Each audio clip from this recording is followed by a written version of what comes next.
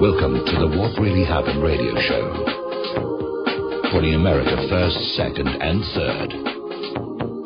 Here is your host, Michael Rivero. And aloha, America. Welcome to our show today. It is Thursday, September 24th, 2015, and we have got lots and lots of stuff to talk about today. The phone lines are open, 877-300-7645, 877-300-7645. Don is sitting in our control room. Okay. Why are we... Mike, you're live. Why am I getting music? I'm hearing music from your end. Hello, I'm hearing music from your end. Okay, I'm hearing music from your end. Okay.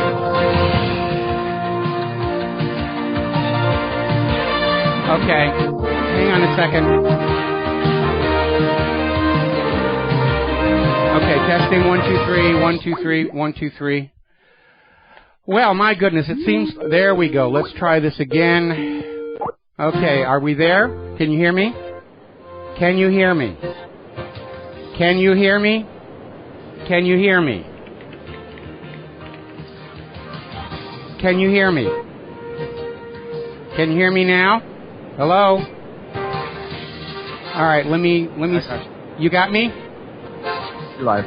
I'm live? You can hear me?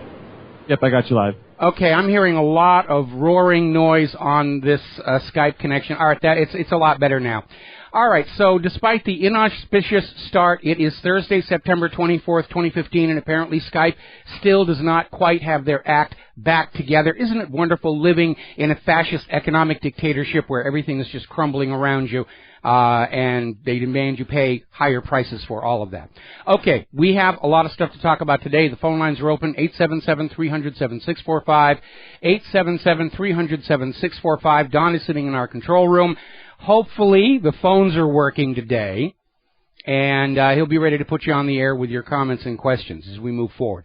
Now then, obviously, the corporate media today is still doing the Pope-o-thon. He is about to leave Washington, D.C., heading for New York. He's going to do the Pope thing in New York, and hopefully he will be heading home safely very soon, and it's one less potential false flag for all of us to have to worry about. Now, the real focus of the news ought to be over in Syria because the situation there is spinning rapidly out of control.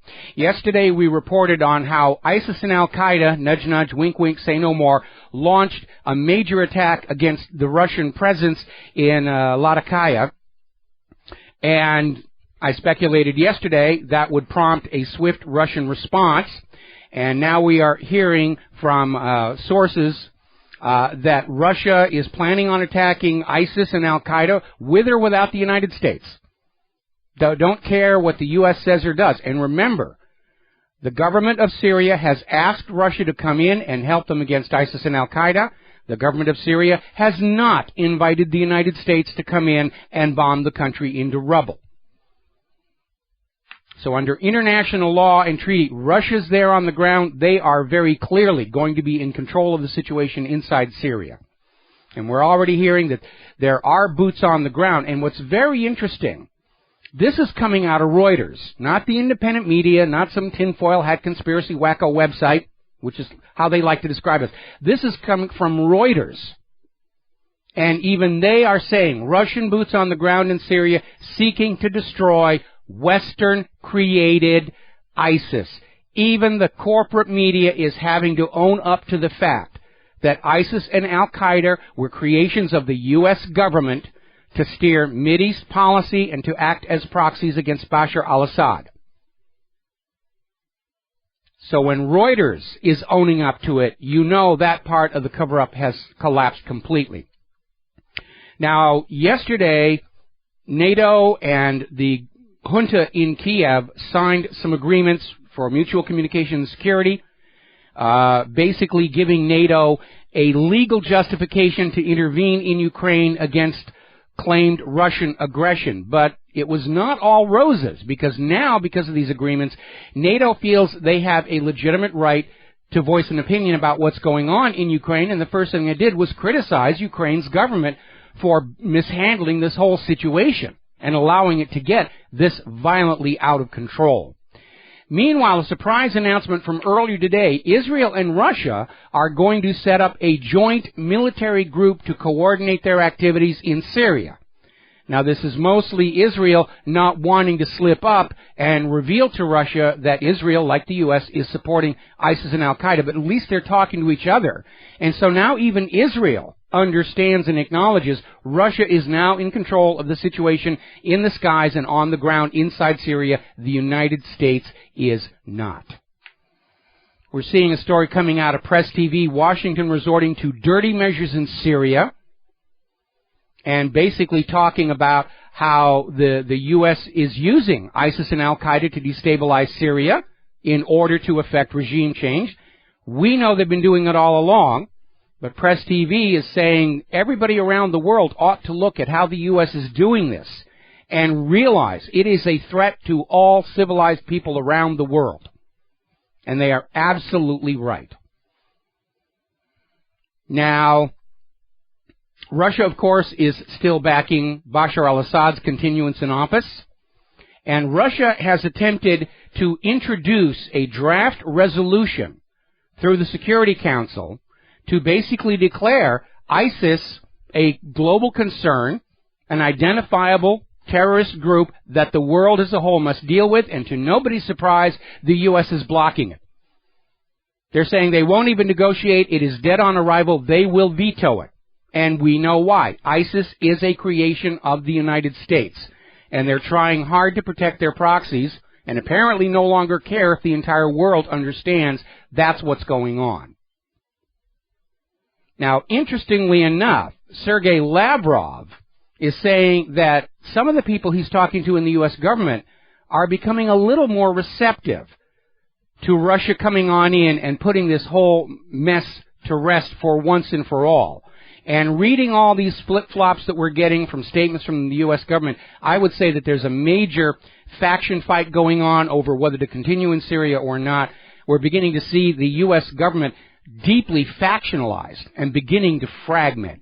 We're going to grab ourselves a phone call here. Steve in California. Aloha. Welcome to the show. What's on your mind?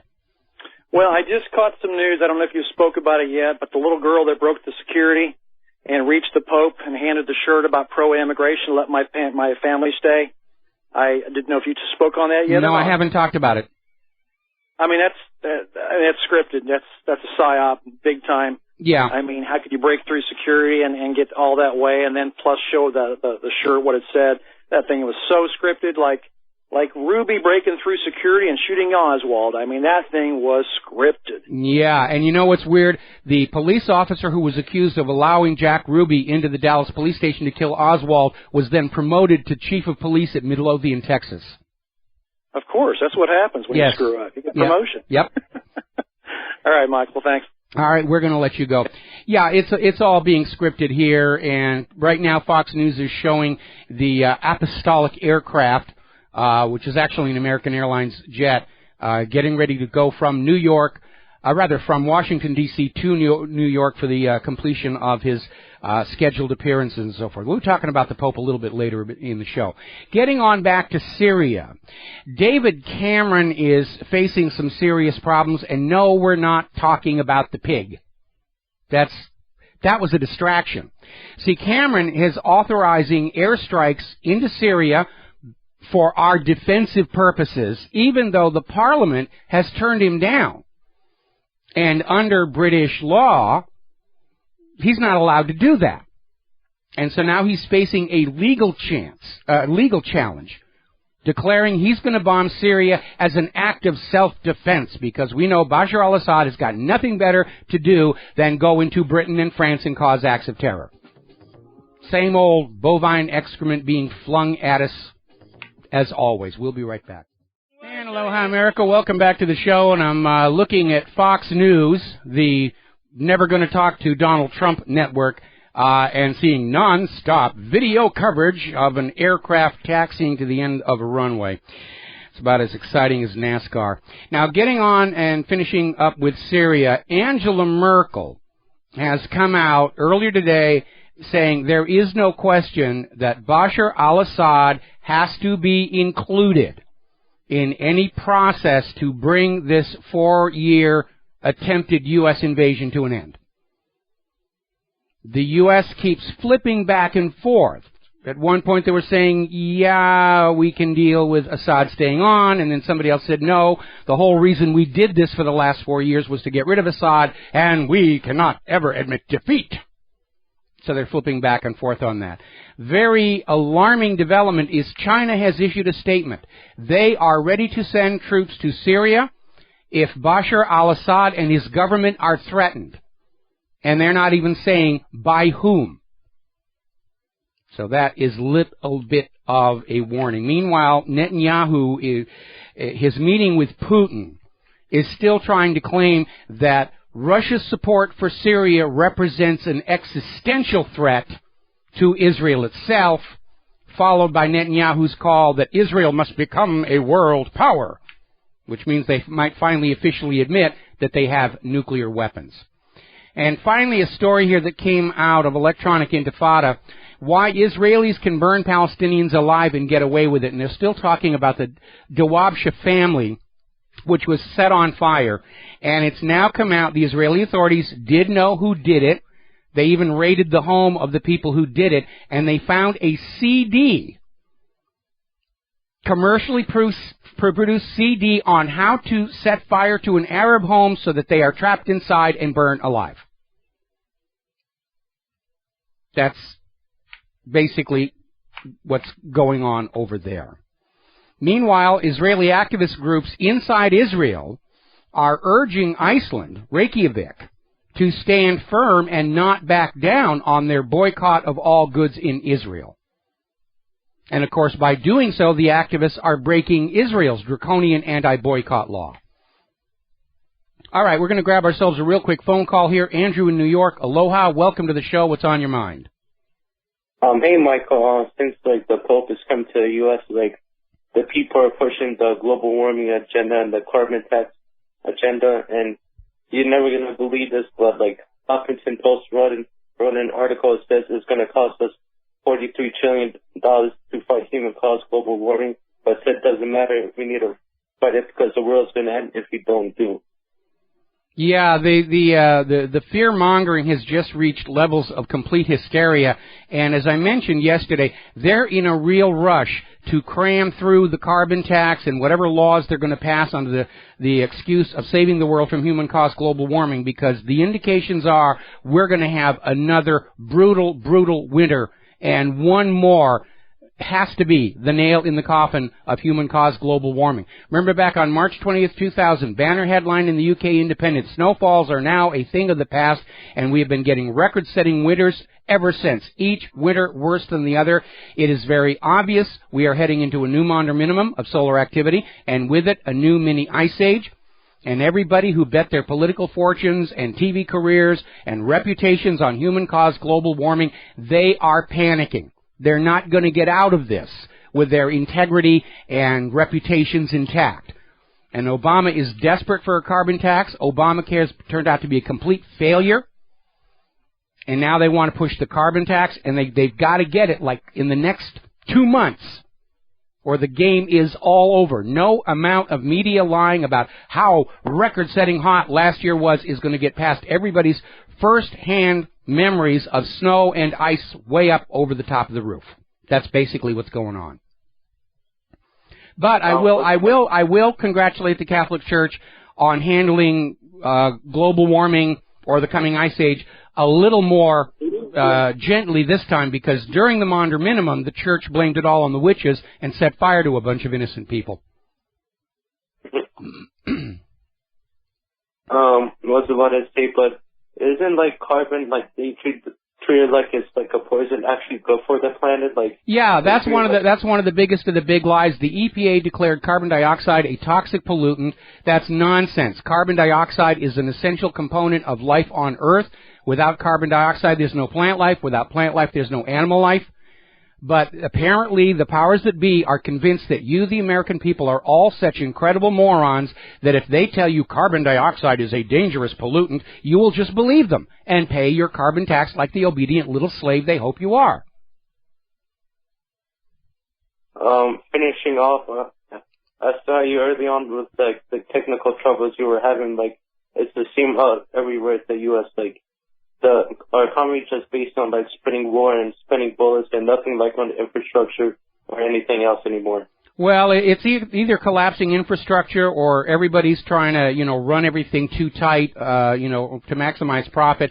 Or it could just be that there's this big rush by the NSA to get as much malware and backdoors planted in every single communication system as they can, and they're getting their software from the same people who wrote the Obamacare website. Hence, Twitter goes down, Skype goes down, Amazon goes down, Verizon went down in an entire state, and could very well be another example of quality government work. All right, thanks, Michael. All right, thanks. We're going to let you go, and Fox News is showing the Pope's plane has taken off. A lot of other things going on they do not want to cover, and one of them is illustrated by an article over at My Catbird's Seat. AIPAC's Democrat problems go beyond Obama. And it's basically talking about a piece that came out in Bloomberg Business Week last week, where the American corporate media are beginning to finally realize the AIPAC is not the horror that it used to be. AIPAC took a major clubbing in the fight over the Iran P5+1 deal. They suffered a huge amount of political damage. They're seen as not always winning every fight. Over in Britain, the British equivalent of AIPAC suffered a huge defeat when they couldn't keep Jeremy Corbyn from getting the leadership of the Labour Party. The much vaunted, legendary Israeli influence over the governments appears to be slipping just a little tiny bit. And that's only going to encourage more and more people to stand up to Israel and say, look, you've got your own country to play in. Leave our government alone. And in next year's elections, I am hoping the American people are going to remember this humiliating display on the floor of Congress by everybody drooling over who's the biggest friend of Israel, and we sweep all those pro-Israel politicians out of our Congress and put in pro-Americans, because we need a government that puts America first, second, and third. We'll be right back. Hi, America. Welcome back to the show, and we're talking about the fading influence. Let's call it what it is. Fading skullduggery by the Israeli lobby in many countries is beginning to fade. It's losing its effectiveness because this kind of covert influence over governments only works as long as the general population doesn't see it. And now we're all seeing it. They're seeing it in Great Britain, but it is still a force to be reckoned with, and I think that's illustrated by the fact that one of the junior ministers, first day on the job, was forced to resign. As you know, Greece just had new elections. Tsipras and Syriza won re-election, to a lot of people's surprise. And there was this minor official who was forced to step down over tweets that he had posted some time ago commenting on how, on 9/11, all of the Israelis who normally worked in the World Trade Towers somehow just didn't bother showing up for work that day. And so now he's been given the old heave-ho. But everybody sees what's going on. And every time the Israeli lobby in any country does this again, everybody knows what's going on. And every time they do it again, they're only hastening their own demise. They can't hide in the dark any longer. Everybody knows exactly what's going on. So let's talk about the economy now. As you know, it was kind of a rock and roll day on the stock market. It was really down there for a while. Toward the end of the day, the plunge protection team was trying to get the markets back into the green and did not succeed. But I would not be surprised if we saw the Dow down in the 15,000s sometime next week. Now, there's an article came out of Zero Hedge talking about how Citigroup is now starting to come on out and saying the only way to save the economy is to start literally giving money back to Main Street America, because this constant bailouts and TARP and creating new money and giving it to the money junkies hasn't really fixed the economy. It's made the money junkies happy. It's got them writing really big campaign donation checks. But the reality is, looking at the economy as a whole, there is no recovery. We've got a lot of very carefully crafted, completely bogus indicators wagged at us to convince us the economy is doing wonderful. And if we're all hungry and jobless and losing our homes and not really doing much of anything successful, well, it's got to be your own fault. You can't blame the bankers and the government, you know. But it all comes down to, up till this point, the government literally creating money with which to pay itself, Wall Street creating money to pay itself, and all of this drives down the value of the dollar from inflationary pressures. And they can't keep it up. Now, a very alarming sign right now, we're getting to the end of September, and this is the time of year when stores are starting to place their orders for the coming holiday shopping season. Some of the stores, it's already out there in the aisles. We were over at Sam's Club the other day. They got the trees up and the lights up and the wrapping paper and the Christmas packaged coffee and it's already out there. Trying to just get us all excited about Christmas shopping. And all it does, at least for this commentator, it puts me right into Ebenezer Scrooge mode. Claire and I, about a week ago, were talking about maybe this year we'll get a Christmas tree, because we haven't had one since a long time ago. And we talked about it. Maybe, yeah, we could have even a little Christmas tree. And a week later, we're starting to see the stuff on the stores. And no, we're burned out already. So anyway, we're getting this report. This is out of Patriot Rising. Durable goods orders drop the most since March.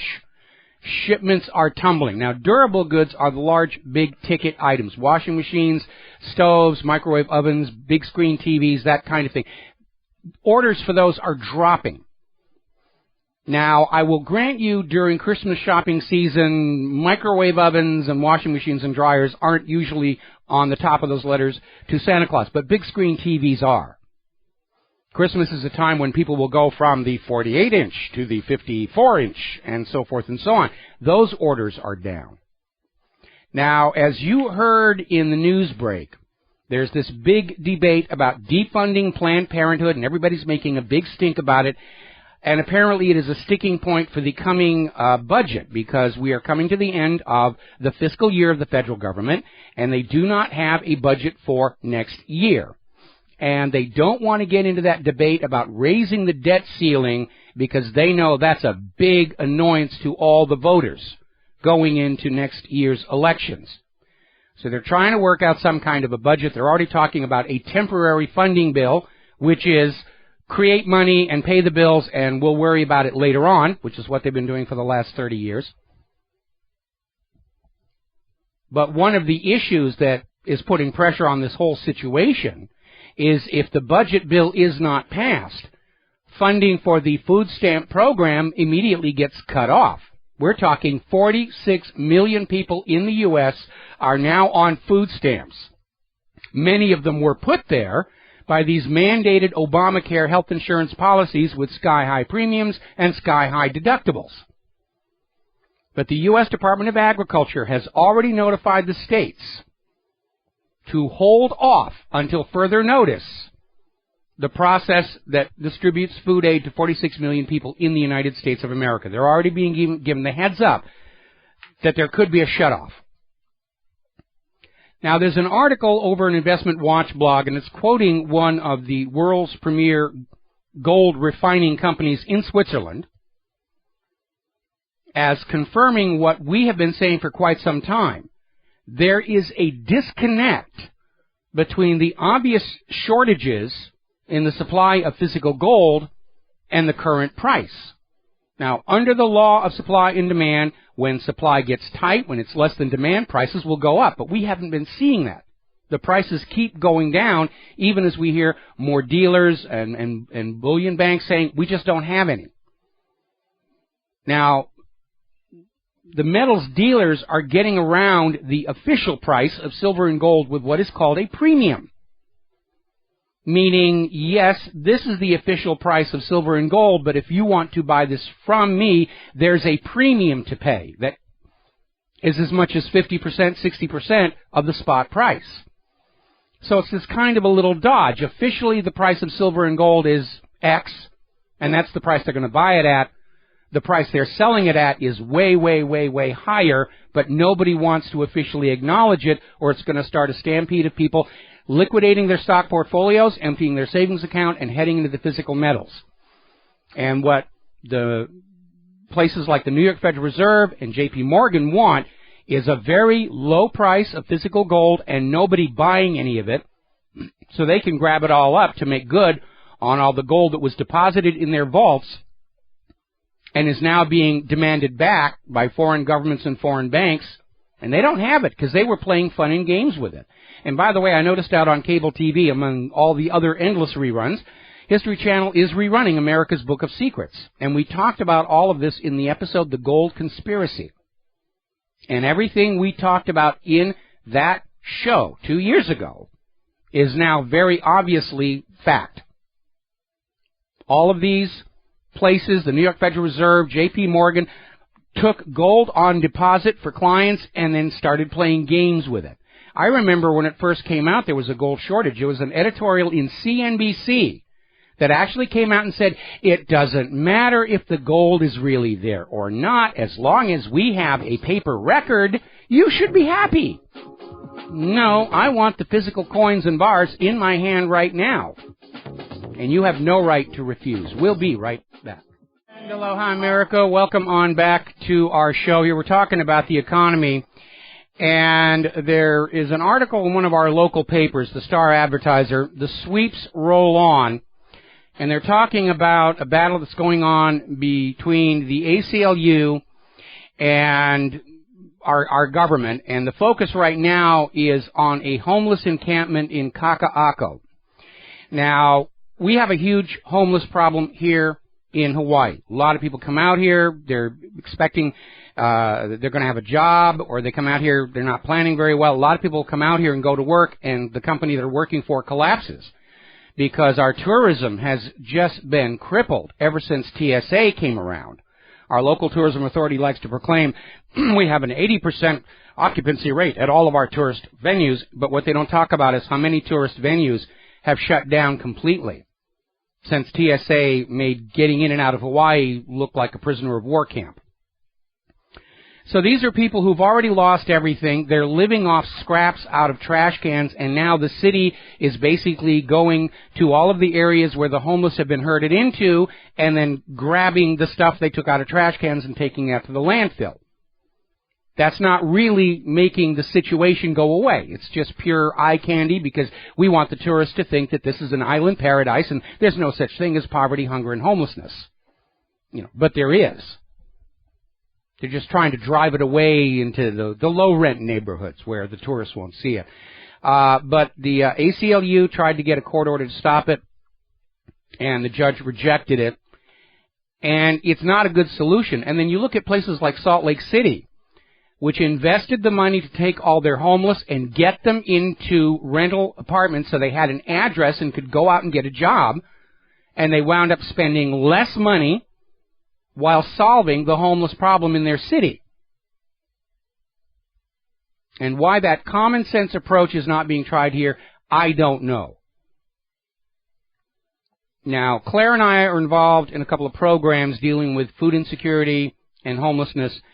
Every once in a while, you'll see somebody who just sticks in your memory and just haunts you. A young girl who's pregnant a couple of months ago, and I hope she's okay.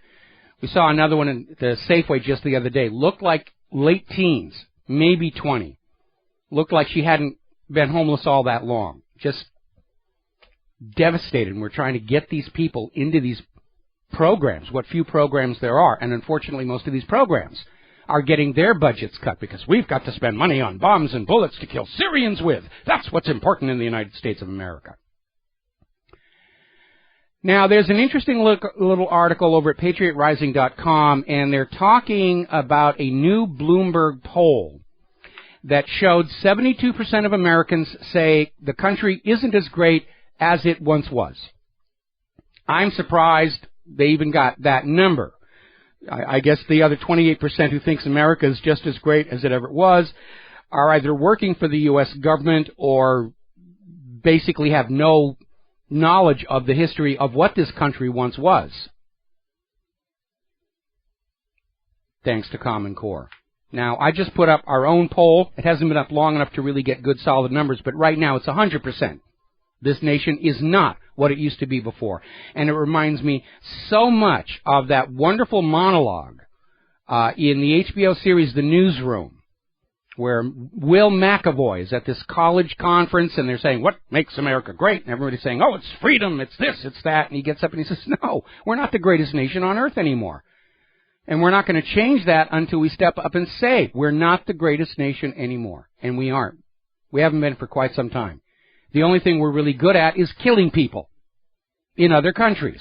That's the one place in which America is the greatest nation on earth, is dealing out death on a mass industrial scale. All right, we're going to grab ourselves a phone call here. Dustin in New Jersey. Aloha. Welcome to the show. What's on your mind? Yeah, hi, Mike. Yeah, I heard Dick Cheney revised his book cover. Non-exceptional. Yeah, we're not exceptional. Why do you think all these high-tech companies are using the H-1B visas to bring in people to do high-tech work? They can't get anybody out of our schools who knows anything at all about high technology, except for Ahmed Mohammed. They should be hiring him over there in Silicon Valley. But everybody's coming out of Common Core. They can't think, they can't analyze, they can't do math. All they're taught is to believe and obey. Yeah, they're just programmed to push buttons and pull switches. That's it, man. They're dumbed down, like bread and circuses. They really, really are. And it's cutting the throat of our economy for future generations. But, of course, it's the ideal educational system if you're planning on starting a new world war. And you need dumb, obedient robots to go and do as they're told. Yeah, I heard the Chinese and Victoria Nuland, all the Wall Street people like fortune cookies, and it said checkmate. Well, it's funny you should say that because, the U.S. is back out there saying Chinese hackers have stolen 6 million fingerprints of U.S. government workers. Okay, what are you going to do with a fingerprint? And this is such a dodge. I mean, anybody who understands computer security understands cyber criminals use daisy chains of compromised machines. So the IP from which the attack on your server actually comes doesn't really tell you where it's coming from. But, the U.S. government and National Security Agency, which hasn't been able to find a single cyber criminal in all their years of existence, is absolutely convinced China is behind the hacking and we've got to sanction China. It's just another way of pushing for a war between the dollar and the yuan. And that's what the real agenda is, to remove the ruble and the yuan as a threat to dollar hegemony over the world's economy. Yeah, Mike, back in September 3rd and 4th, there was reports that the Russians was, getting ready to put equipment on ships, and China's already on their way. They're not waiting. They're already on their way because the word's already been given. So they should be there in about 10 days, if that. And, it depends on how many are coming by ships and how many are coming by aircraft. But as I reported earlier in the show, China has said point blank, they are going to put troops into Syria if there is a threat against Assad's government. And they're not even saying who the threat is coming from. And that's a very telling omission. China is signaling they know who the real villain in Syria is.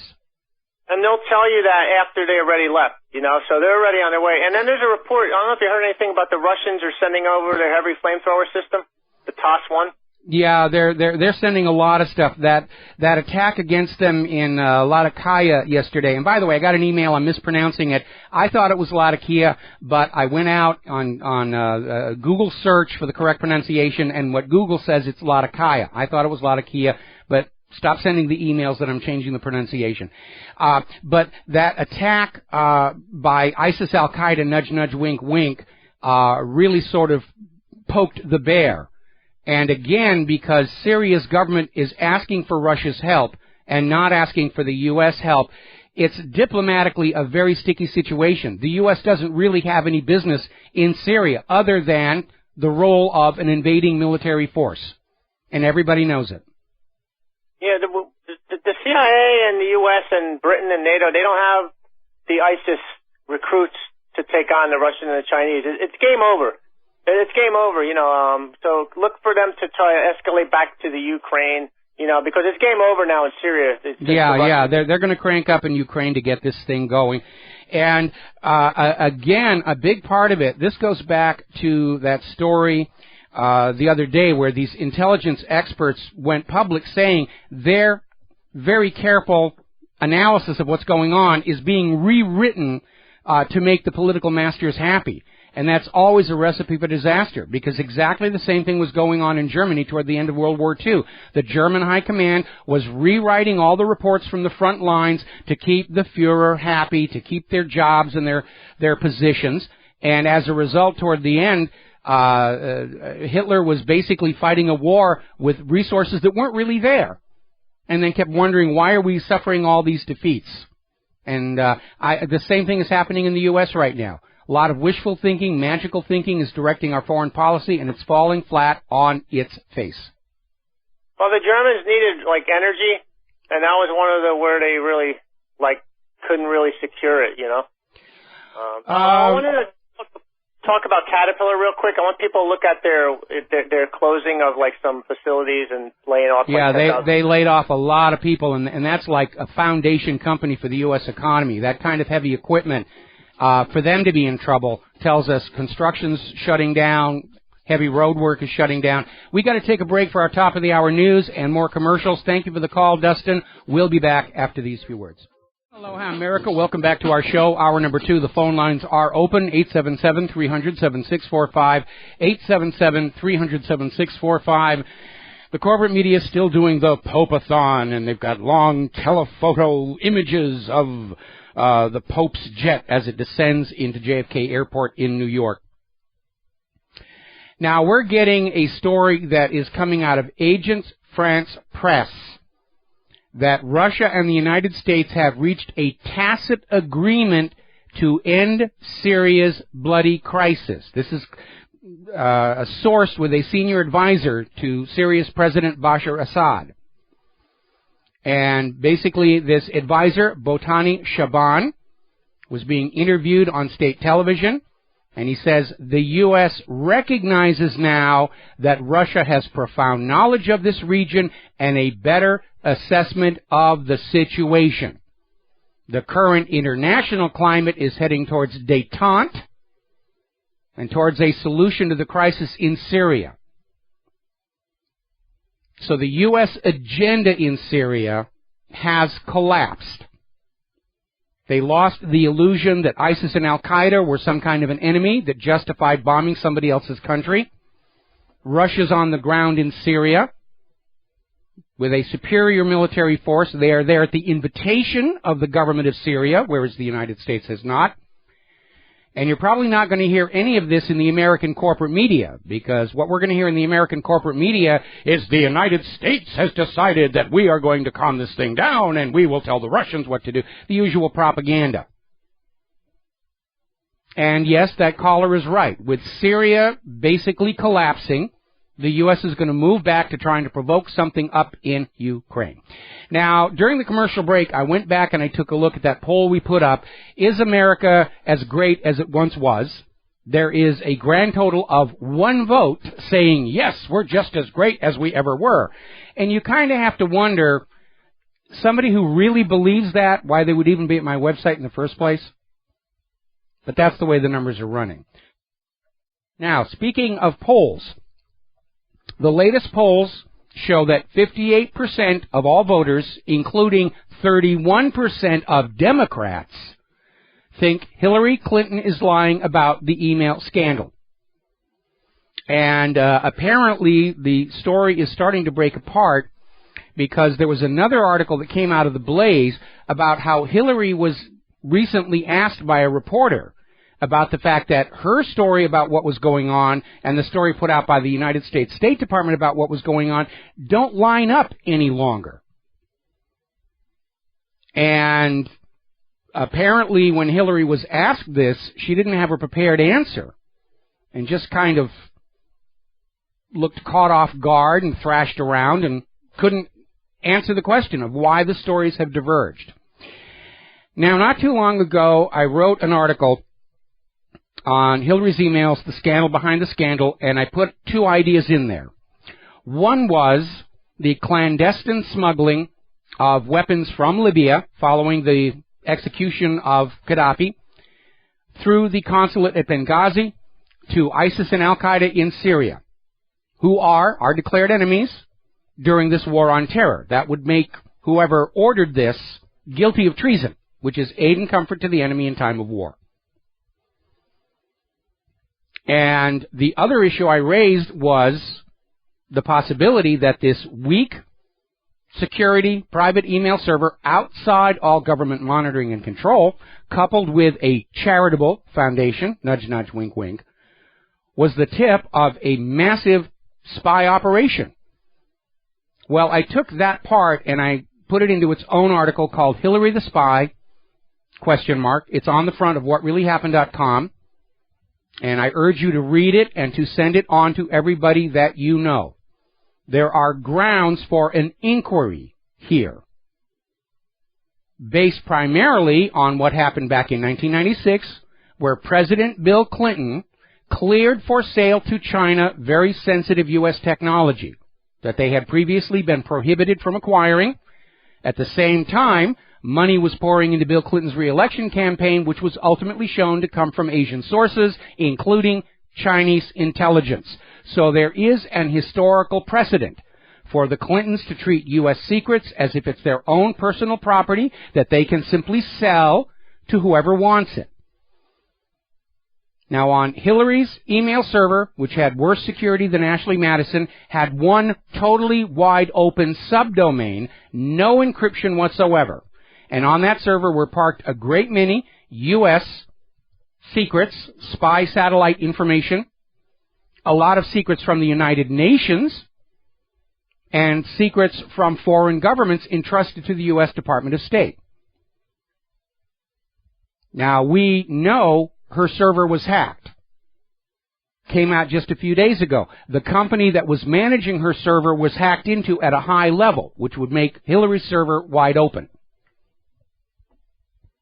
And foreign money has been pouring into the Clinton Foundation. And we don't know everybody who sent in money because the Clintons set up this little subsidiary shop over in Sweden, which was getting all this money from various foreign sources, lumped it all together, and transferred it to the Clinton Foundation under the heading of the cutout in Sweden. We don't know where the money came from. Obviously, there are grounds for an inquiry. And I'm not expecting the federal government to do it or the corporate media to do it because, as I've mentioned many times before, in politics there are two kinds of secrets. There are the little secrets that you can use against your political opponents, like extramarital affairs, kickbacks, payola, corruption, weird things with the dead head of a pig, that kind of stuff. That doesn't threaten the system as a whole. Then there are the great secrets. The secrets which, if they came out, would delegitimize the government in the eyes of everybody. Roosevelt goading Japan to attack Pearl Harbor. The truth behind the assassination of the Kennedy brothers. The truth behind 9/11. And this would be one such great secret. A serving Secretary of State selling out her country, the United Nations, and foreign friends of the United States in exchange for campaign cash or foundation cash. Now, treason and betrayal at the highest levels is a common feature of history. And you might as well accept that right now, whether it's Judas versus Jesus, Brutus versus Julius Caesar, Benedict Arnold, the Rosenbergs, Jonathan Pollard, Aldrich Ames, Robert Hansen. It is a fact of life. And there is no reason to rule out that Hillary was selling U.S. secrets for campaign or for foundation cash, and every reason to look further, to try and find confirmation.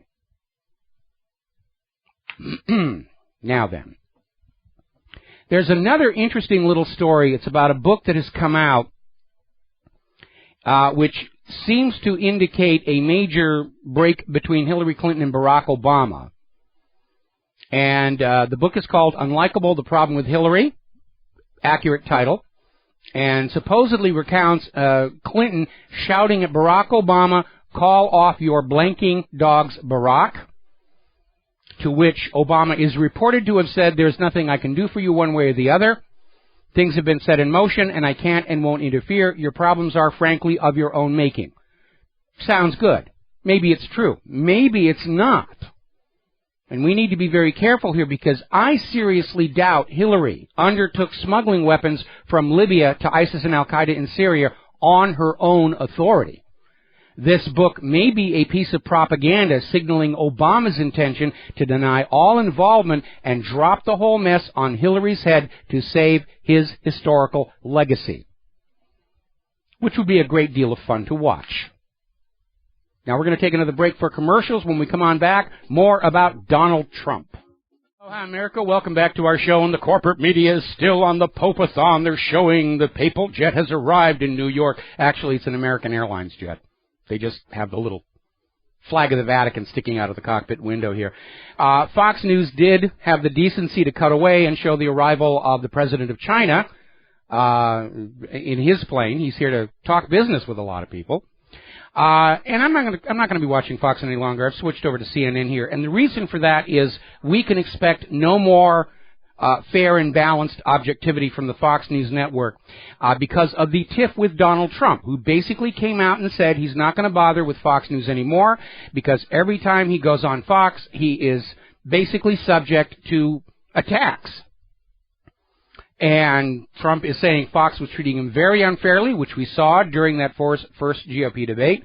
Fox has come out and say, no, you didn't leave. We have kicked you out. We kicked you out before you decided to leave. See? Now, given Fox News lies about Saddam's nuclear weapons, human-caused global warming, synthetic bovine growth hormone, in my book, Trump gets the benefit of the doubt here.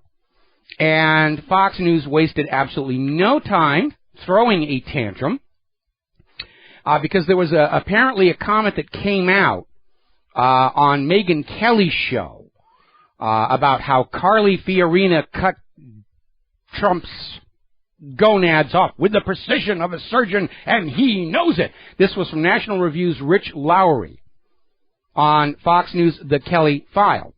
And, of course, Trump fired back on Twitter, saying this is complete, utter nonsense. Now, this is the kind of low mudslinging that's going to backfire on Fox News. You know, when people understand there's a witch hunt out there, they tend to sympathize with the witches.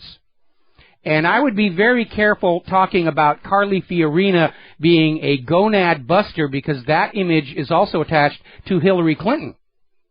Remember the nutcracker that came out? Big joke for everybody. And I don't think Carly's campaign is going to do very well if they start looking at Carly Fiorina and Hillary Clinton as two of a kind. That is not going to help Carly. But Fox News is just knee-jerk reaction. We're going to get Trump. And at this point, I'm not going to watch Fox anymore. I'm going to get my daily dose of propaganda from CNN. Adding fuel to the fire, and this goes back to what I said. The biggest strategic mistake Trump made was to sign that agreement not to run third party. Because the threat of running third party was the only thing holding the GOP in check regarding shenanigans. And now that they've got that document from him, they're doing the Ron Paul treatment on him. Now, technically, that agreement is not actually legally binding. It's political exercise. So the GOP can say, see, he broke his promise not to run third party. Well, look at the GOP breaking all their promises to everybody. When South Park debuted last week, they had a wonderful show about PC correctness gone wild. Today, yesterday, they shot themselves down. They did a segment on Donald Trump, which ended with Donald Trump being raped and murdered. And I think this is going to cross a line, and a lot of people are going to say, what the heck is going on over at South Park? But they're part of this Ron Pauling of Donald Trump.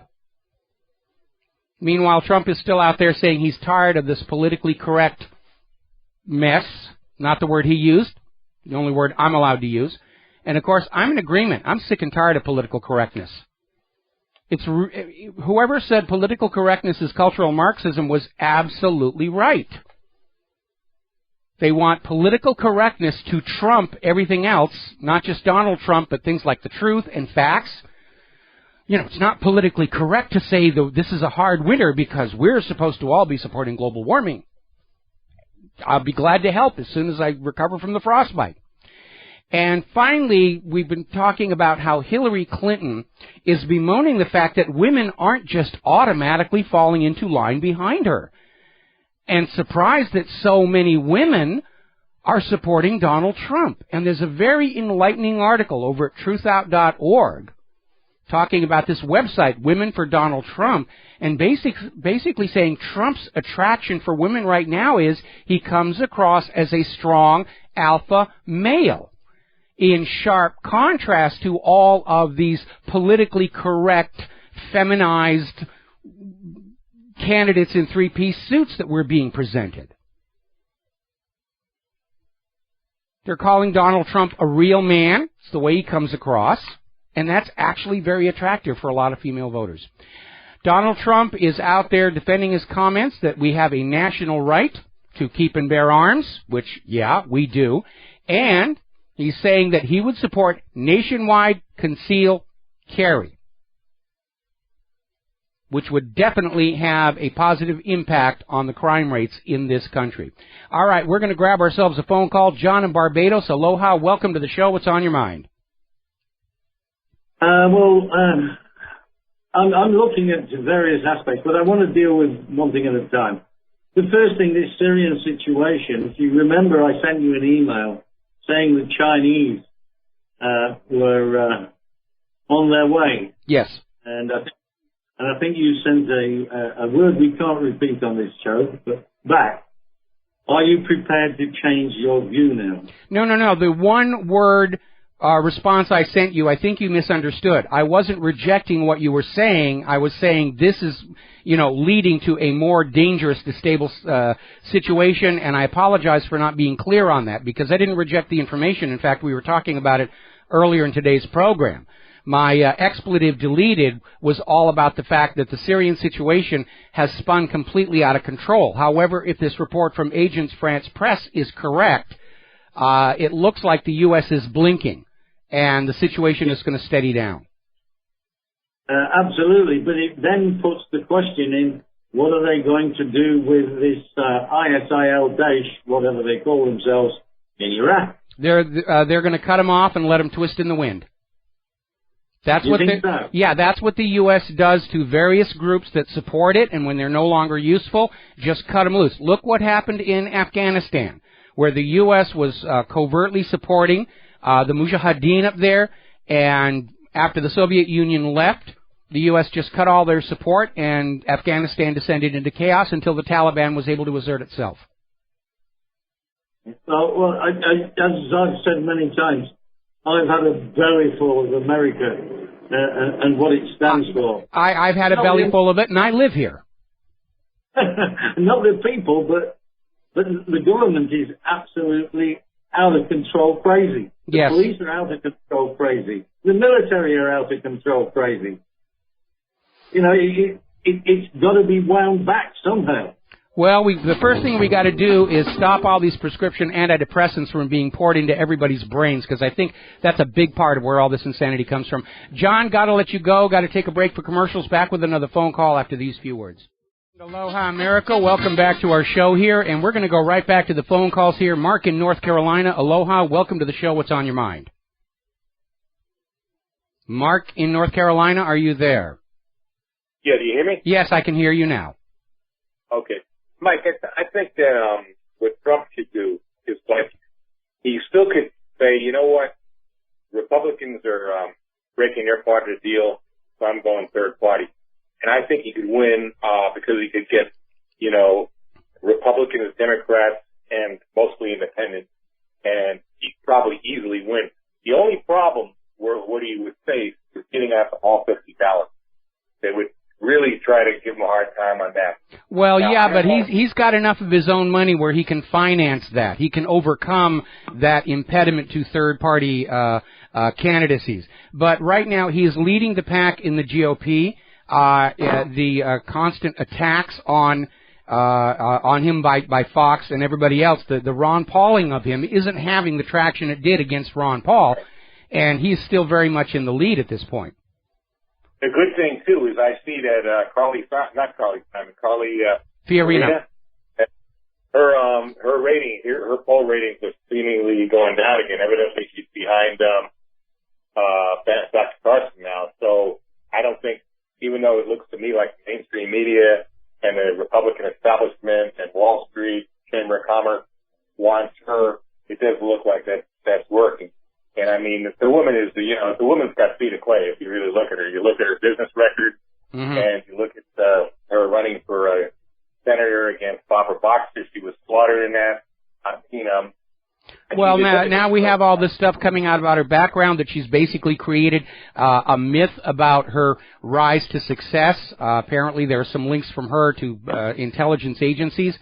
And she's starting to look like that she is, in fact, another Hillary Clinton. And one of those is already way too much. And I think that's another thing that's going to be working against Carly. Fox News going on out there talking about Carly cutting Trump's gonads off. That only reinforces that impression. We don't want Hillary Clinton or Hillary Clinton light in the White House. And I'm still getting emails from all of Hillary's supporters about, I just hate women and, misogynist bastard. I don't have a problem with a woman as president of the United States of America. I have a problem with that particular woman as president of the United States of America. I had the same problem with Sarah Palin. On the other hand, if former Governor Linda Lingle had run for the White House, I would support her. I don't agree with Linda Lingle on everything that she thinks. And she doesn't look as good as Sarah Palin in a bikini, but she knows how to do the job. And frankly, if McCain had picked Lingle instead of Palin to be his VP, McCain might have actually won the White House. Well, the other thing is, she came across very much like Mrs. Slick Willie there in that debate. I don't think she won it at all. The other thing, though, I do disagree with you about Sarah Palin. I think Sarah Palin would make a good president. I remember that, when she was governor of Alaska, she really socked it to a lot of these establishment and oil men and stuff like that, and turned around a lot of corruption there. A lot of people don't know that. She comes across, as a nice, girl next door, the way she talks and all that, which I personally like. I'm not an intellectual. I don't need to have somebody talk with mealy mouth. Okay, Mark, pardon me for interrupting here. You need to understand something. When Sarah Palin was in government in Alaska, both as mayor of Wasilla and later as governor, she had a staff around her that was actually doing the job. And she really was just this pretty little figurehead out there. But Wasilla had to hire a city manager to actually get anything done. That's how totally incompetent Sarah Palin was. Anyway, we've talked enough about Caribou Barbie, and I'm going to let you go. Thank you for the phone call, and we're going to switch over here to Mo in Florida. Aloha, Mo. Welcome to the show. What's on your mind today? Oh, Mike, it's good. I had a little fright there when you had that one technical glitch, whatever that was. I thought, Jesus, God, you didn't quit, did you? No, I haven't quit yet, and, but the infrastructure is collapsing out from under us. I'm telling you, I got two questions, if you allow me. I appreciate the honor to talk to you. Go for it. No, I'm serious. You're fantastic. No, go for the questions. Go for the questions. That wasn't a fish for compliments. Okay. You hate the praise. I understand that. But this two questions. One of them is about the gold situation. But before that, to stay on topic, this Gaddafi thing. Again, back to Hillary. When, the absolutely sickening account of his death, he was sodomized, brutalized, and just the most, horrible death. And how can anybody not see Hillary giggling like a little schoolgirl as she watched him being tortured and killed? And how could anybody, I don't care if she did everything right, up to that point, how could anybody possibly want to vote for this sick person? I don't know. Am I living in the Twilight Zone? No, you're not living in the Twilight Zone. You're living in a nation with massive election fraud and very capable propaganda. But at some point, that all begins to fall apart. Because you need to understand, election fraud can only swing a race a few percentage points either way.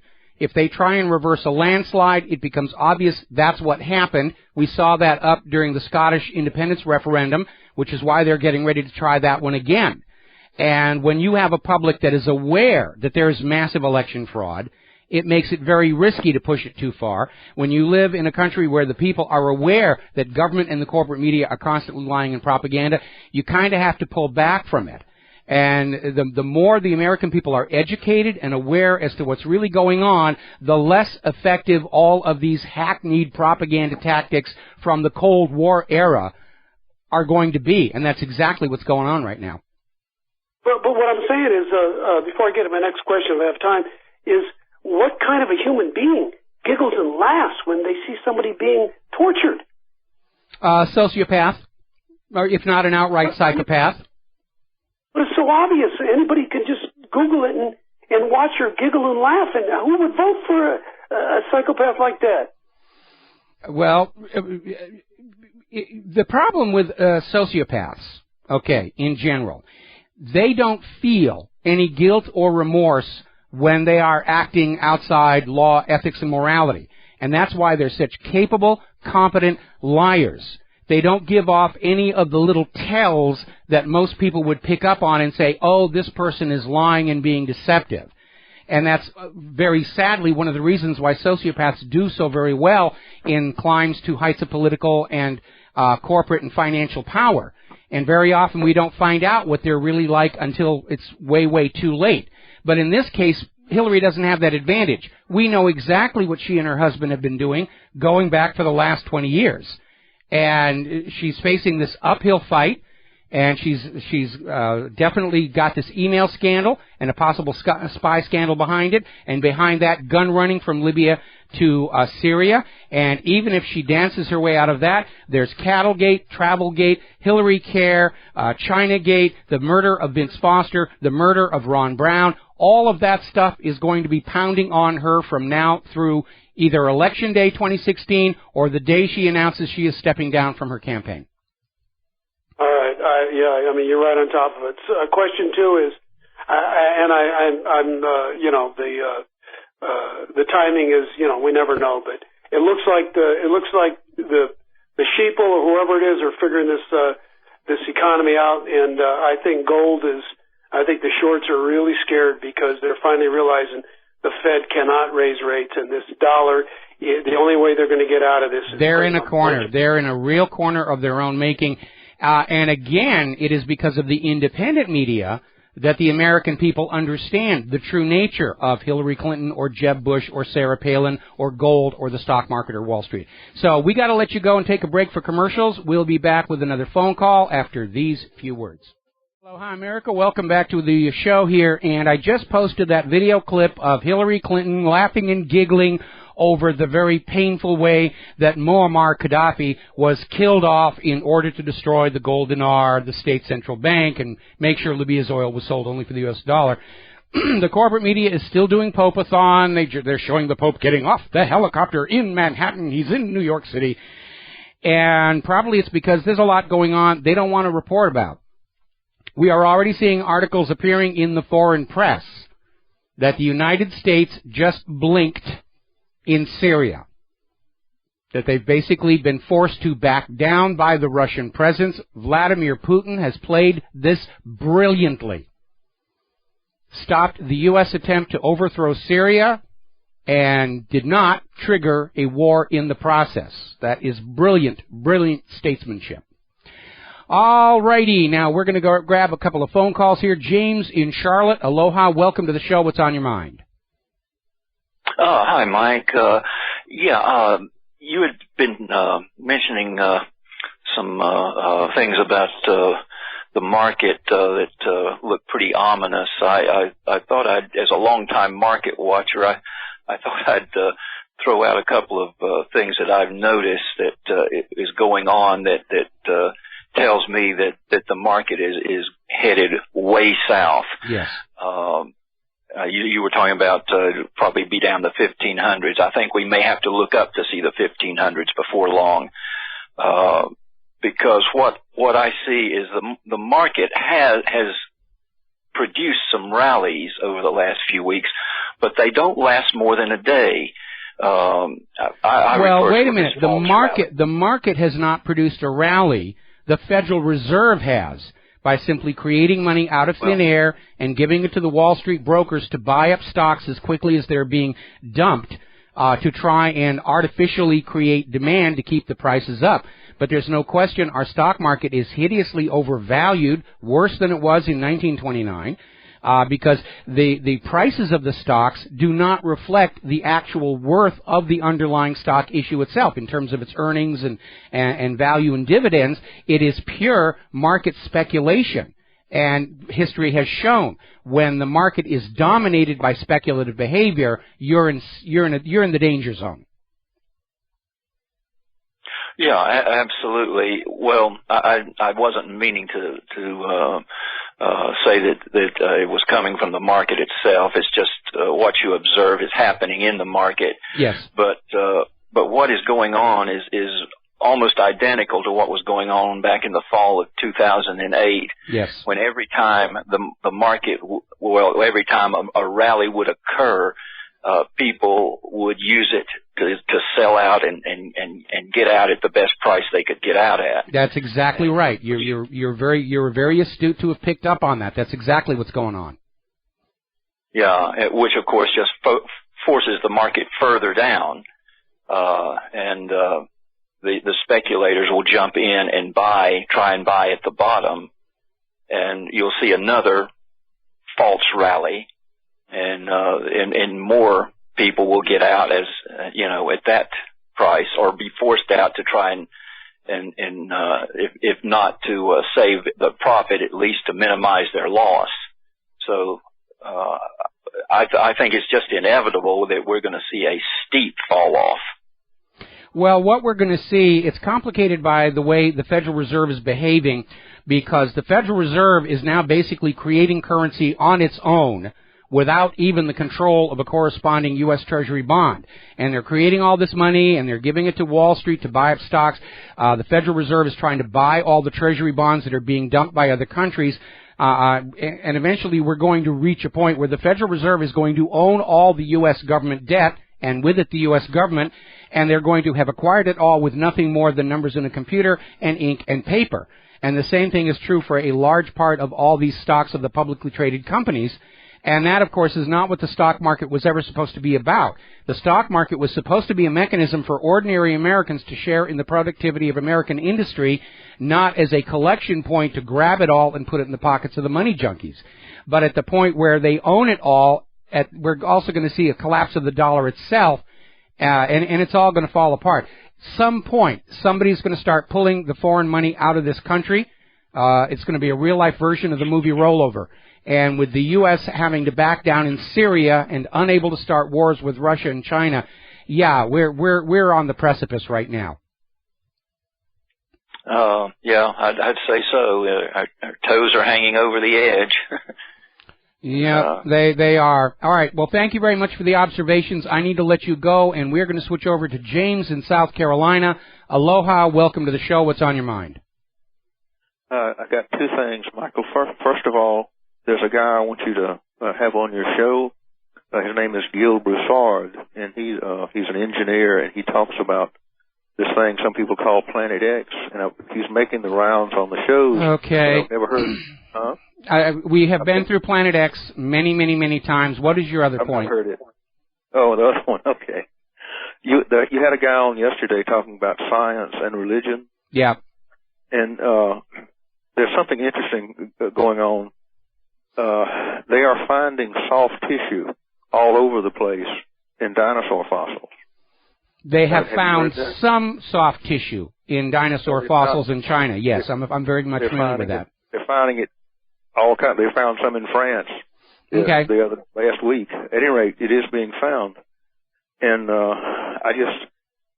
you can't have dinosaur fossils, in something that's hundreds of millions of years old, at least as far as anyone has known in the past.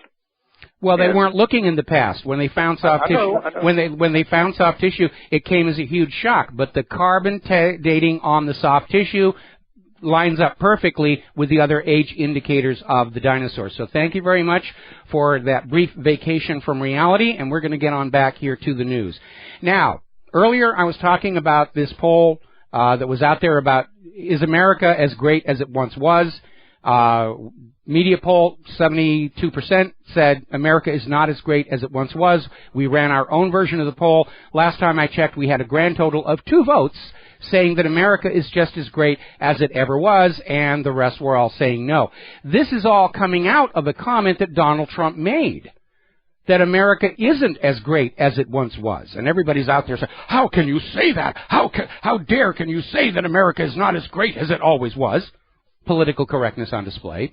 But apparently, we are seeing more and more confirmation from around the corporate media that, yes, most Americans agree. The United States is not the great nation it used to be.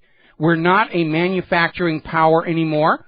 Nobody wants our agriculture because of GMO. We can't go to the moon anymore. Can't even go into orbit anymore. We are a falling empire, and Donald Trump is right to say the first step to deal with that is to acknowledge there is a problem, just like Will McAvoy on the newsroom. And it's rather amazing to see our entire politically correct establishment out there say, you can't say that we're not great. Yeah, we can. It's protected by the First Amendment. Deal with it. The United States is clearly in decline, and it's not the fault of China. It's not the fault of Russia. It's not the fault of the Iranians. It's not the fault of the Muslims. Wall Street and Washington, D.C. did this. This is a problem of their own making, coming out of greed, incompetence, short-sightedness, and an absolute disdain for consideration of how actions would affect others around you. That whole Adam Smith willful tunnel vision again. All right, so let's see. We're awaiting the Pope's arrival in Manhattan. I guess I was looking at the helicopter. It was just taking off at JFK. Now it's coming into Manhattan. It's just nonstop. Now, here's something that's really interesting. As one of the callers into the show earlier mentioned, this little girl got past security and was able to give a T-shirt to the Pope saying, please let us stay. You know, this pushing the illegal immigrant agenda. Really, please say that it's God's will that we can go into any country we want. Meanwhile, the Vatican itself not only has a massive wall around the Vatican, it has the strictest immigration policy in the world. And so I'm sorry, the Pope really doesn't have anything to say about the United States opening its borders to people from Mexico and Central America or Syria or Yemen or any of these other war zones. It is hypocritical in the extreme for the Pope to try and lecture us about open borders when the Vatican has the strictest immigration in the world. We'll be right back after our top of the hour news. Aloha, America. Welcome back to the show. Hour number 3. The phone lines are open, 877-300-7645. And I want to comment on something we just heard in the news break about how the U.S. air power in Syria and Russian air power, they're not getting in each other's ways. And I think going back to this report we had earlier that Israel was coordinating their air power with Russia in Syria is only reinforcing the idea that the U.S. has had to back down off of this whole get Assad agenda. And now, in order to get rid of the evidence of all the skullduggery, the U.S. is going to turn on their own people in ISIS and Al-Qaeda and join with Russia and Israel and everybody else to just bomb them out of existence, make the problem go away. And this is a problem when you are a covert operative for the U.S. government.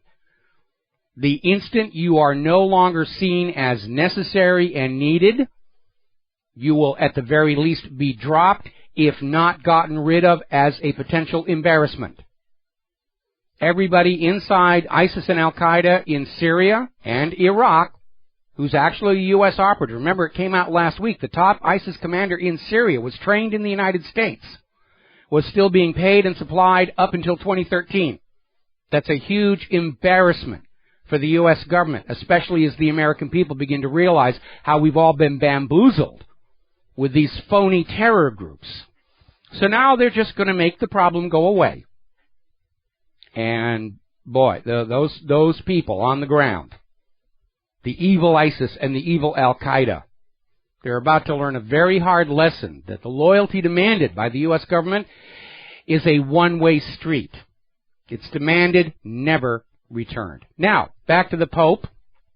And the corporate media has shown the Pope landing in Manhattan in the helicopter, and now they're doing the motorcade through New York to the big cathedral there. And I really do hope the Pope just has a good old time, does what he does, and heads on home without any more difficulty. But there have been a lot of upset over the Pope.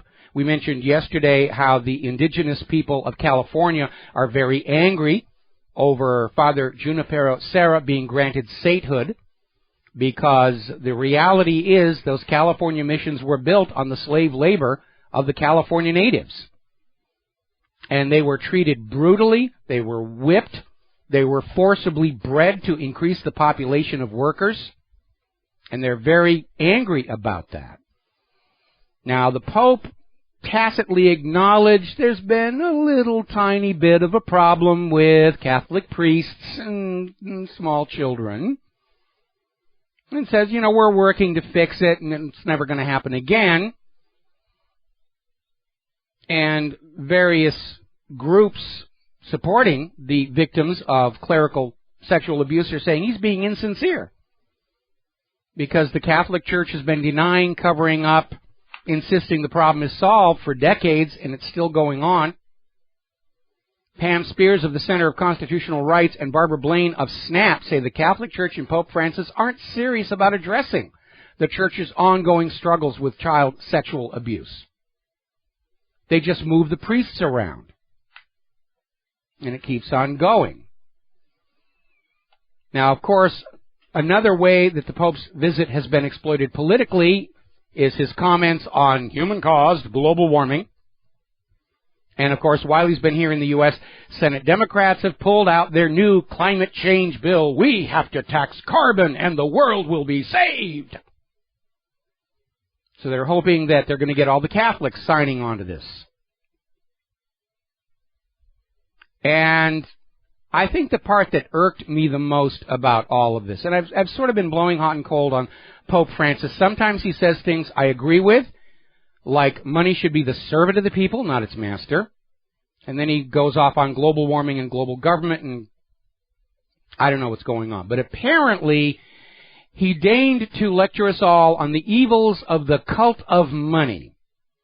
This coming from a guy who is in charge of an unknown trillions of dollars in very shady money through the Vatican Bank, and the second financial system that surfaced just before Pope Benny the Rat had to retire. And it's another case of very obvious and blatant hypocrisy.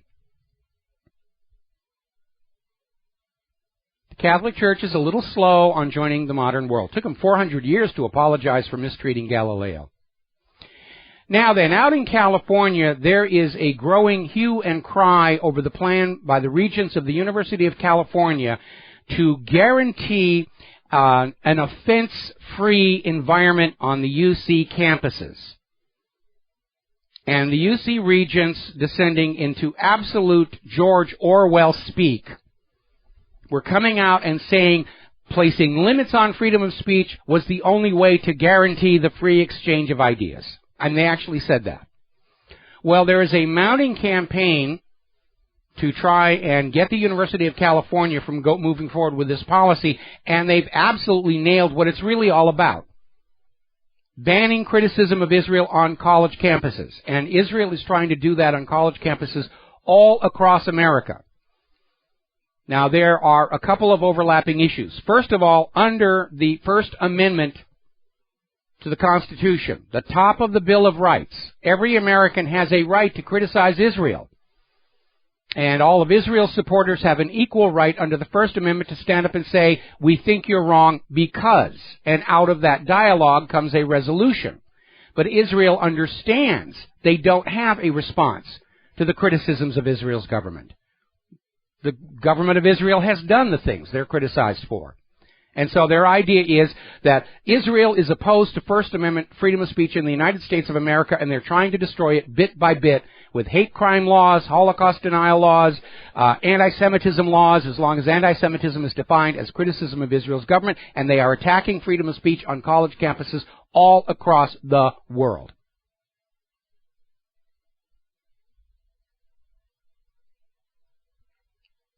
So much for Israel being the only democracy in the Middle East. They are not a democracy. Now, the Department of Homeland Security has come up with a new, wonderful idea for all Americans to have. They are developing a self-destructing chip to go into cell phones, with the idea that the cell phone would be able to recognize if the person carrying it wasn't the original user and immediately self-destruct. Okay? So, basically, if you have one of these phones and you trip and twist your ankle, or if you get an attack of gout, your cell phone will explode in your pocket. Another quality product from the Department of Homeland Security. Now, speaking of quality product, you've probably been hearing about J-Lens. This was the new whiz-bang air defense system. $2.7 billion was going to float these giant balloons with radar antennas tethered to the ground high in the sky, and it was going to detect incoming cruise missiles and explosive-laden trucks. And apparently after $2.7 billion, they still can't get it to work. It's another boondoggle like the F-35 or the laser system that Lockheed has out there that they're trying to put on ships. And they've got still photos of the laser burning through the trunk of an old truck, or the hood and the engine of an old truck.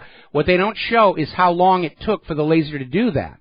Because in real-world war conditions, getting the laser on target and holding it there for a significant amount of time is a virtually insurmountable problem, and nobody has really solved it yet. These lasers are really good against targets that are being towed along wires at a very slow rate of speed or just sitting still. They're not really effective deployable weapons yet, but they make money, so let's put them out with the fleet. We'll be right back. Aloha, America. Welcome back to our show here. And regular as clockwork, I say bad things about Israel, and somebody hits my website with a denial of service attack. It's almost predictable at this point. They are such children, throwing such tantrums here. And let's see. Okay. We're going to drop somebody into the filter here very, very quickly. Now, getting on to the Volkswagen scandal, not too surprisingly, it turns out that in point of fact, Volkswagen isn't the first company to be accused of trying to get around emission controls. They just got caught at it, and they got hit with a huge fine, and it is a huge, huge scandal. So what's going on here is other companies are now being accused, and BMW is now having to deny that they were playing fast and loose with tests on their diesel that has come out in a German magazine that's impacted their stock prices. Now, yesterday, the CEO of Volkswagen stepped down. And we shouldn't feel too bad about him. He is getting a $32 million pension. Why do we reward failure, corruption, and crime and punish those who are trying to do good in the world? It's a little sick. Now, everybody's saying that at some point there's going to have to be a recall of all these Volkswagen diesel cars that are going to have to be modified to bring them back in line with the emissions requirements. Now, the cars were very popular because everyone was saying they're meeting the emissions requirements, but they're getting good performance. And now they're saying that in light of this scandal, everybody who owns one of these cars is going to have to bring it back in, reflash the firmware in that computer that controls the car. And it will now meet the emissions requirement, but that amazing performance they bought and paid for is no longer going to be there. VW stock has plunged 20% since this story broke. Now, as we mentioned before, one of the reasons Volkswagen got away with this is because of the Digital Millennium Copyright Act, which allows companies to say that the firmware embedded in products is proprietary and cannot be looked at. And when this whole Digital Millennium Copyright Act came out, of course, the reason for the secrecy was to hide from you code that's in there for the benefit of the government. But it also meant there were key critical components of products that can't be inspected to see if they're doing what they're supposed to do. It's like building a house without being allowed to inspect the lumber going into it to see if it's hollowed out by termites. And that's why Volkswagen felt they could get away with this. Now, apparently, the car industry as a whole in the United States buried a report that detailed safety flaws in U.S. cars over fears of the Transatlantic Trade and Investment Partnership deal, because U.S. cars are substantially less safe than European vehicles. And apparently there was concern that this would complicate the drive to harmonize safety standards. Well, what that really means is harmonizing the safety standards would mean the U.S. cars would have to be made more safe, which would make them more expensive, which would make them less able to compete in the global marketplace. Because when you buy a product from one country, you're paying for the product. When you buy a product from the United States, you're paying for the product, you're paying for the taxes, the fees, the inspection stickers, and all this other overhead that is added by government regulatory burden that has made U.S. products unable to compete in the global marketplace. With the result that American products are made more cheaply, more simply, more fragile. Value engineered is the polite term for it, just to stay even on the price. When you buy a product from Europe, you're paying for the product. When you buy a product from the United States, you're paying for the U.S. government, which is desperately broke, of its own making, I might add. Now then, let's get on down to the story of Ahmed Mohammed. The chief of police in Irving, Texas, has now admitted the police knew Ahmed Mohammed's digital clock was not a bomb when they arrested him, but they arrested him anyway. Because we're out to make a point that we are here watching all the Muslims for evildoing.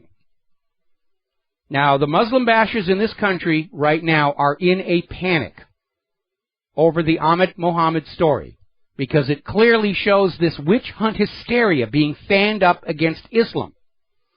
Israel supporters like Sarah Palin and Bill Maher have waded into this cesspool on the side of the school. He's a Muslim. You should treat him as if he's guilty. Innocence is no defense if he's a Muslim. I actually got an email insisting that Ahmed Mohammed intended to build a hoax bomb, but forgot to include fake dynamite because, after all, he's just a stupid Muslim, and they do things like that. And so people are all of a sudden confronting the fact that a lot of accusations against Muslims are fanned up out of thin air. And they're going to start wondering, have other Muslims been wrongfully accused for crimes they did not commit, including 9/11 itself? The whole carefully constructed propaganda of hate is starting to tremble, and it's on the verge of collapse. People are beginning to realize what they think they know about Islam was told to them by the same people who told them Saddam had nuclear weapons. And that is not sitting too well. Now, Pam Geller came out over on Alex Jones' website claiming that Ahmed Mohammed's sister was once suspended from school for threatening to blow it up. And here's where you see the depths of depravity these propagandists are grasping at. Ahmed Mohammed's sister never threatened to blow up the school. Didn't bring a bomb, didn't do anything. She was accused of wanting to blow up the school by a completely third party. And nobody did anything about it because it was obviously bogus. But for Pam Geller, the perennial Muslim hater in service to Israel, that was enough to do a headline saying that Ahmed Mohammed's sister threatened to blow the school up. It's completely out of thin air. Now, Ahmed Mohammed's family have secured the services of a lawyer. They are going to sue the school district. I hope they take the place apart and they make it as big and stinky as they can so America can see how bogus all this Muslim bashing has been. We'll be right back. And aloha, America. Welcome back to our show here. And whoever is upset with what I've been saying is still pounding on my website with a denial of service attack. And it basically underscores the people on the other side cannot have an open, honest discussion of the facts. And they have to resort to sneak attacks because they know ultimately they're really wrong. They're supporting lies, and the only way they can defeat the truth is sabotage. And there are way too many people on this planet who think the willingness to lie, cheat, steal, and kill makes them superior human beings. And it doesn't. It just makes them humans who are willing to lie, cheat, steal, and kill. Looking over here on the corporate media, the Pope has just entered his little armored golf cart for his motorcade through New York City. And so we're paying a lot of attention to that. And again, we're keeping our fingers crossed. I don't want anything to happen to him.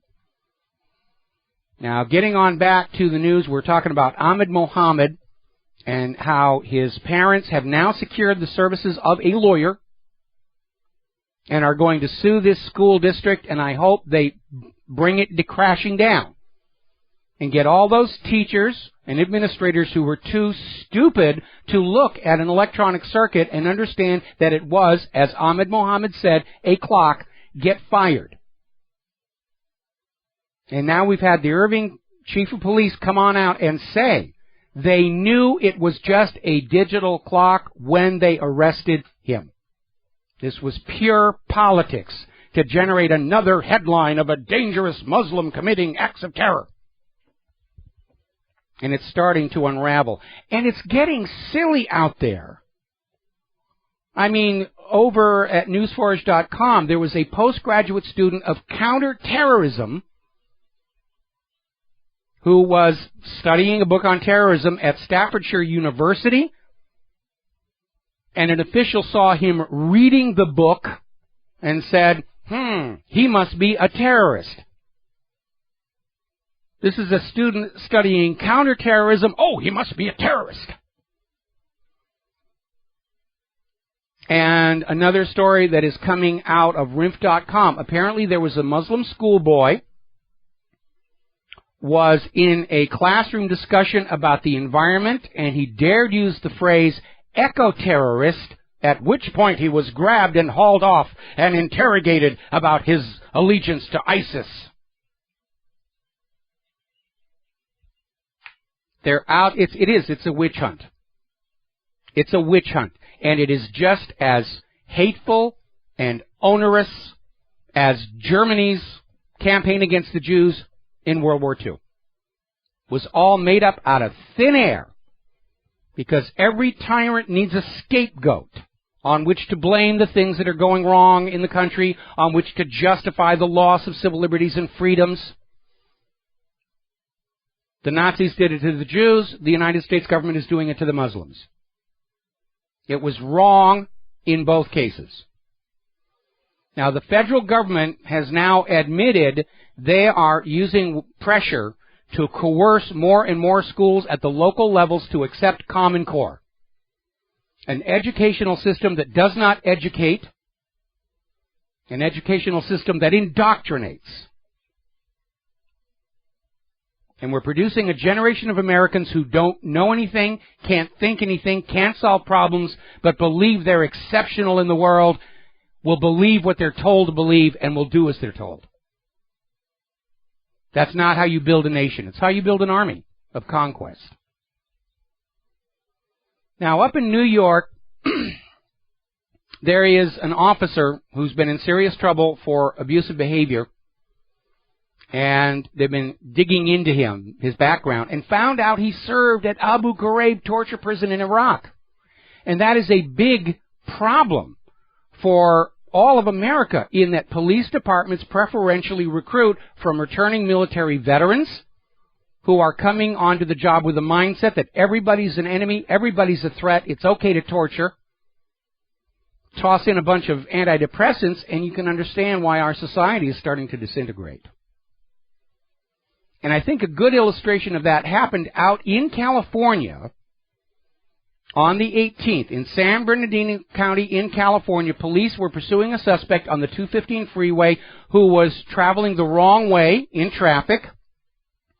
And a police sniper in an overhead police helicopter fired on the vehicle, which resulted in the vehicle going out of control and colliding head-on onto an oncoming vehicle, killing everybody in the process.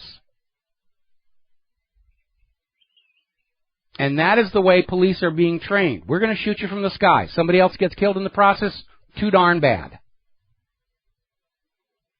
Another story coming on out from RIMP.com.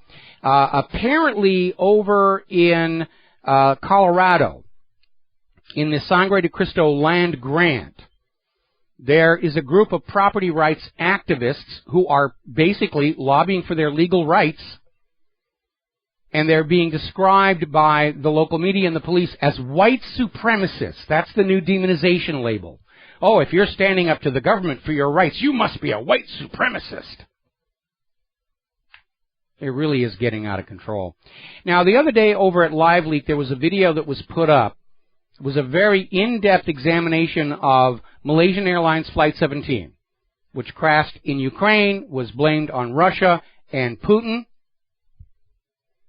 and without any evidence whatsoever. And LiveLeak today took that video down, saying it violates the LiveLeak's terms of service. And we're seeing that more and more on all of these centralized video hosting platforms.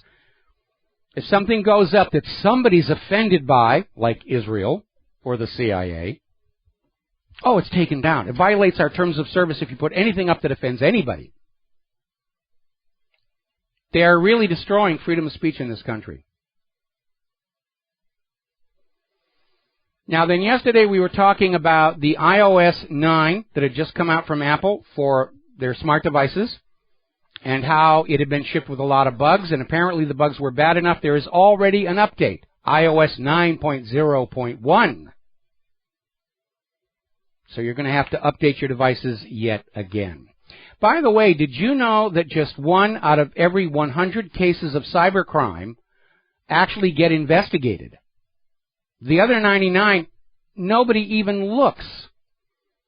This is despite a record number of online fraud cases. It's skyrocketing. Of course it's going to skyrocket. They make money. Nobody's chasing them. Of course it's going to become more and more of a problem.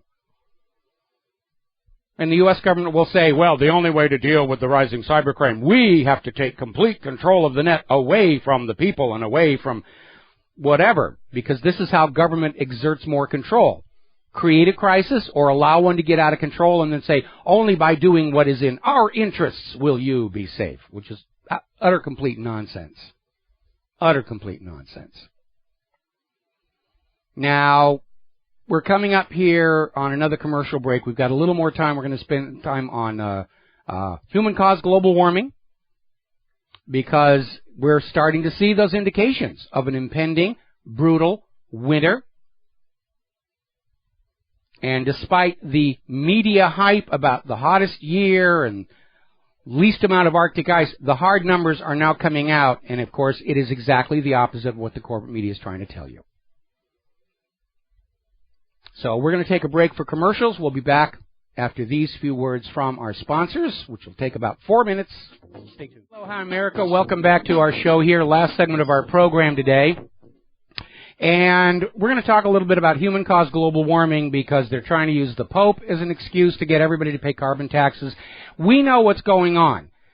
Obamacare utterly failed in both its overt purpose of making health care affordable to Americans and its real covert purpose of generating vast new amounts of tax revenue for the federal government to try and stay ahead of the collapsing Ponzi scheme called the Federal Reserve. And they are desperate. They've got this new budget coming up. They can't talk about raising the debt ceiling going into an election year. Everybody's unhappy at what's going on. Obama needs his carbon tax. And that's why the push is on to stampede everybody into agreeing to a carbon tax before the reality of another brutally cold winter settles in front of everybody's eyes. And that's what they're trying to do. Now, the IPCC, in their original hysterical screaming about the end of the world, predicted a sea level rise of just 17 inches by the year 2100. Al Gore, in his propaganda film An Inconvenient Truth, which won the Oscar and the Nobel Peace Prize, predicted it was going to be 20 feet. And came up with all this footage about places being inundated and drowned. And he actually stole a computer-generated clip of collapsing Arctic ice out of a movie I worked on called The Day After Tomorrow. Just helped himself and took it and said, this is what's happening to the Arctic. Now, the reality is we have record sea ice growth happening after the shortest melting season on record. That's what tells you what's really going on here. We were commenting before on how up in Greenland, their summer melt season ended an entire month earlier than normal. Now, the corporate media is cranking up their propagandists to go on out there and say, oh, well, no, you should listen to what we say because we've got science on our side here. And even Dan Rather's out there saying, you know, the problem with America, they're ignoring science. No, we're not ignoring science at all. We're just being our own scientists. We're ignoring the people you put on display and claim are scientists who support whatever your political agenda happens to be, and that is not the same thing. They use scientists today the way earlier tyrants used the priests. You should do what I say because God wants you to. Today it's you should do what I want because the scientists have a pretty chart that says you will die a horrible death if you don't do what I tell you to do. Now, there's a new scandal coming out regarding the Michelle Obama school lunch program. More and more schools are now banning parents from sending their own lunches.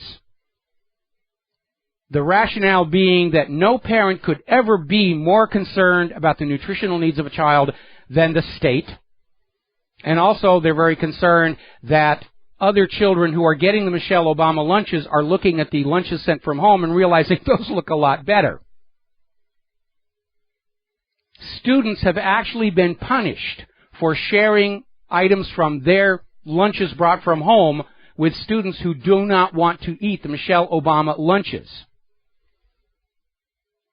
Now, over in Wayne County Head Start, there's a parent who's gone public complaining, saying that her 4-year-old is coming home hungry because the food being served by the Michelle Obama lunches is inedible and stomach-turning and often moldy.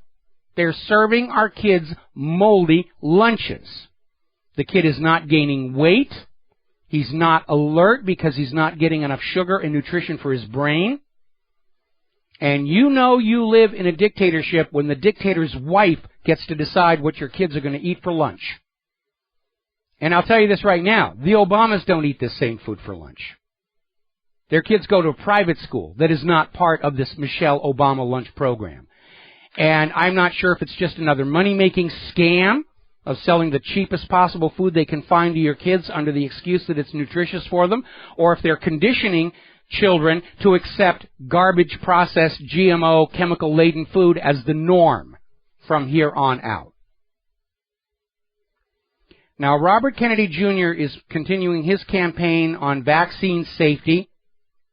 He was up in New Jersey State Capitol in Trenton, talking about this and saying there has to be rights for parents to say no to these vaccines.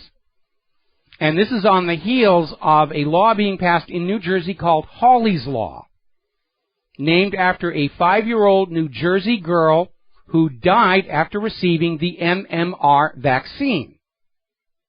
And here's where it gets really sick. There are 2 courses of MMR recommended.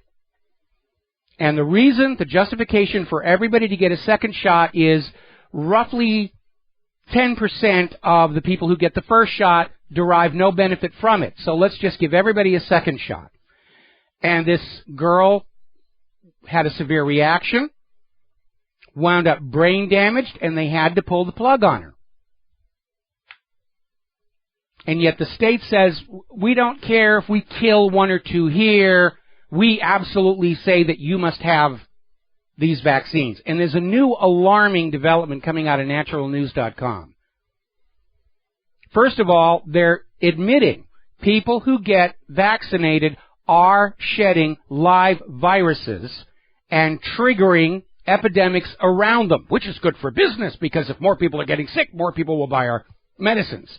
And now the problem that has surfaced with the oral polio vaccine, where the reconstituted attenuated virus is mutating, is now being discovered to affect other viral vaccines.